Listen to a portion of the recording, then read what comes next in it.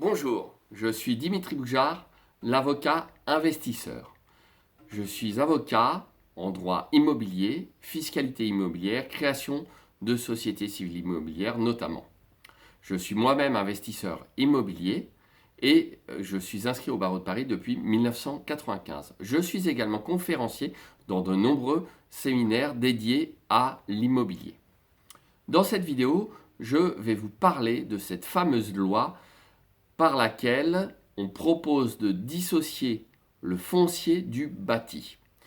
C'est une proposition de loi qui a été adoptée en première lecture à l'Assemblée et pour l'instant qui n'est donc absolument pas définitive.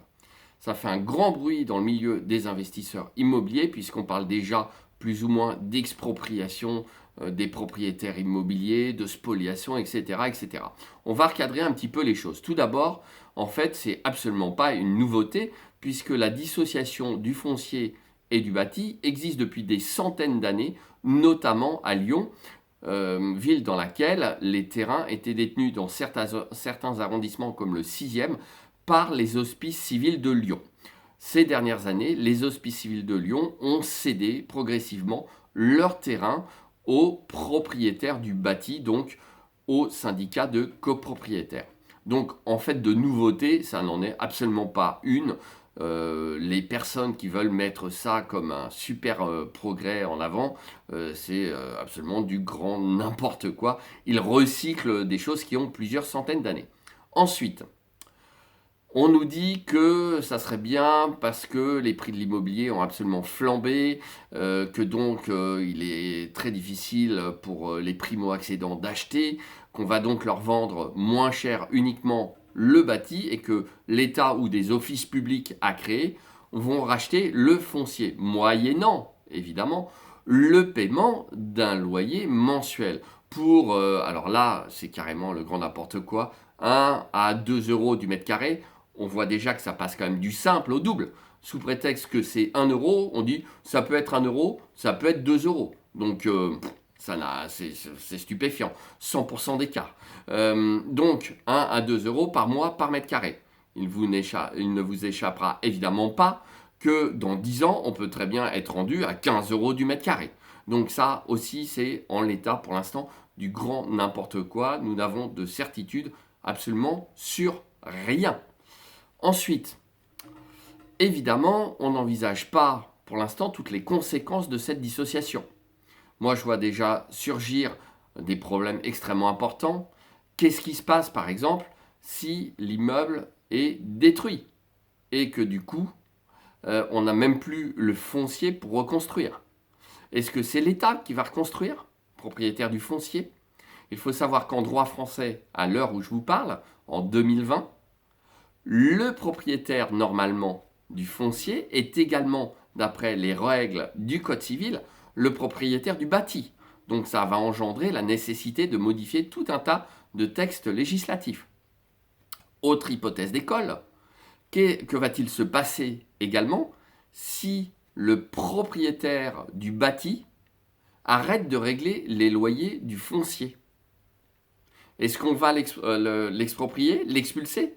Ça me paraît impossible, puisqu'il est propriétaire du bâti. On ne peut pas expulser la personne qui est propriétaire, à moins qu'on ne la saisisse pour des dettes extrêmement importantes. Mais alors là, j'ose même pas imaginer le prix absolument ridicule d'une vente aux enchères simplement du bâti et non plus du foncier et du bâti. Autant vous dire qu'en l'état, il n'y a absolument pas lieu de s'affoler. Rien n'est fixé, c'est juste un vote en première lecture, qui plus est absolument susceptible d'être réformé.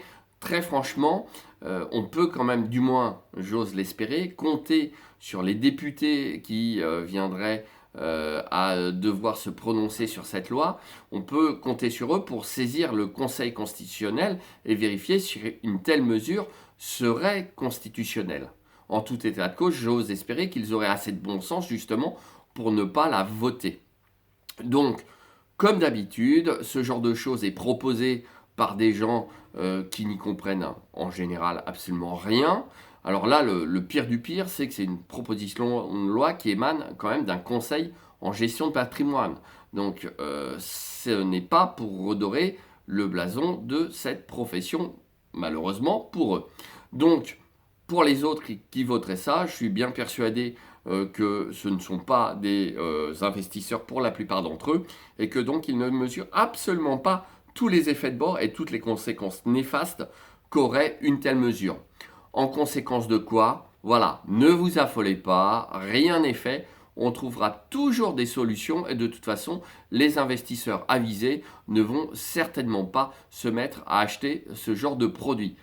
Encore une chose, pour pouvoir acheter le foncier, encore faudrait-il qu'il y ait des sources de financement.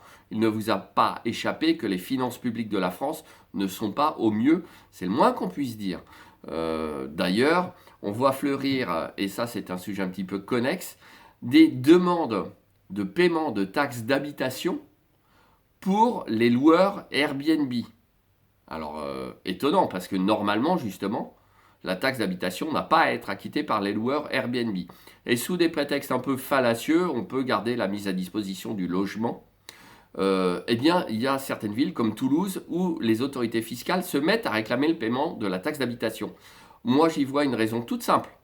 Comme on supprime la taxe d'habitation sur la résidence principale, eh ben, on décide de tortiller, de tordre un petit peu les textes et d'essayer de trouver d'autres ressources ailleurs. Donc si c'est vraiment le cas, ce que je crains, la suppression de la taxe d'habitation est une énorme arnaque au détriment des propriétaires bailleurs. C'est donc une affaire à suivre. Fin de cette petite parenthèse.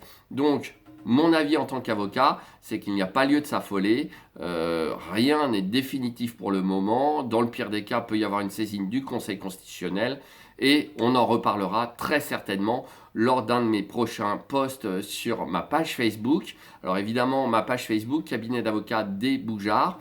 Si ce n'est pas déjà fait, je vous invite à vous abonner à ma chaîne YouTube et à activer la cloche pour être certain de recevoir les notifications de mes prochaines vidéos.